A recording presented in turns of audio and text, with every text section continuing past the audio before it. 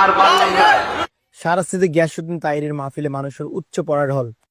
শাহরাস্তিতে এক প্রকার ইতিহাস তৈরি করলেন মাওলানা গিয়াসউদ্দিন তাহিরি। দোহাবাঙ্গার এই মাহফিলকে নিয়ে শঙ্কা থাকলেও শেষ পর্যন্ত সফলভাবে শেষ হয়েছে মাহফিলটি। সব পারে না। আমার বিরুদ্ধে মামলা হবে, সুদের বিরুদ্ধে মামলা লড়ার মতন ক্যাপাসিটি আমার আছে। সুদ দেওয়া হারাম, এটা কি মোল্লার ফতোয়া নাকি আল্লাহর ফতোয়া?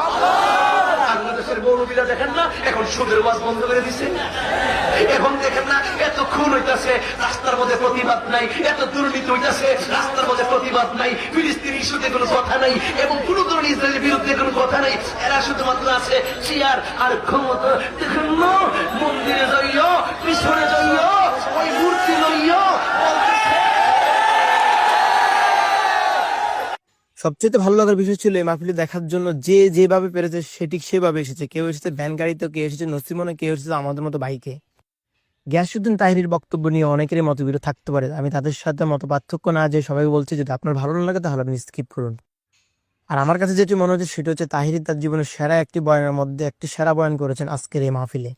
দিন শেষে আপনি যে গ্রুপের সম্মত হন না কেন, কথা কিন্তু একটা, আপনাকে 5 ওয়াক্ত নামাজ পড়তে হবে, সুদকে হারাম বলতে হবে, ঘুষকে হারাম বলতে হবে, এবং পরের হক মারা যাবে না। এগুলোই আপনার বেসিক জিনিস। তো এইগুলো নিয়ে কখনো কোনো হুজুরের মধ্যে মতপার্থক্য দেখা যায় নাই। আশহাদু আল্লা ইলাহা ইল্লাল্লাহ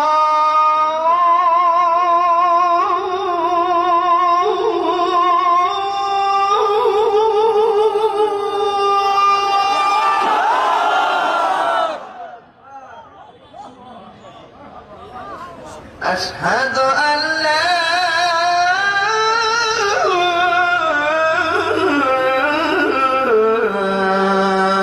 إله إلا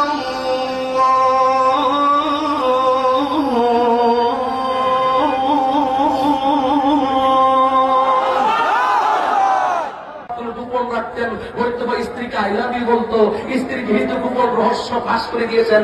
এখন স্ত্রীকে বলে আই হেট ইউ, তার মানে বোঝা গেল আমরা আমারও ভাবাঙ্গে বলতে পারি ভালো হয়ে যাবে মাসুদ।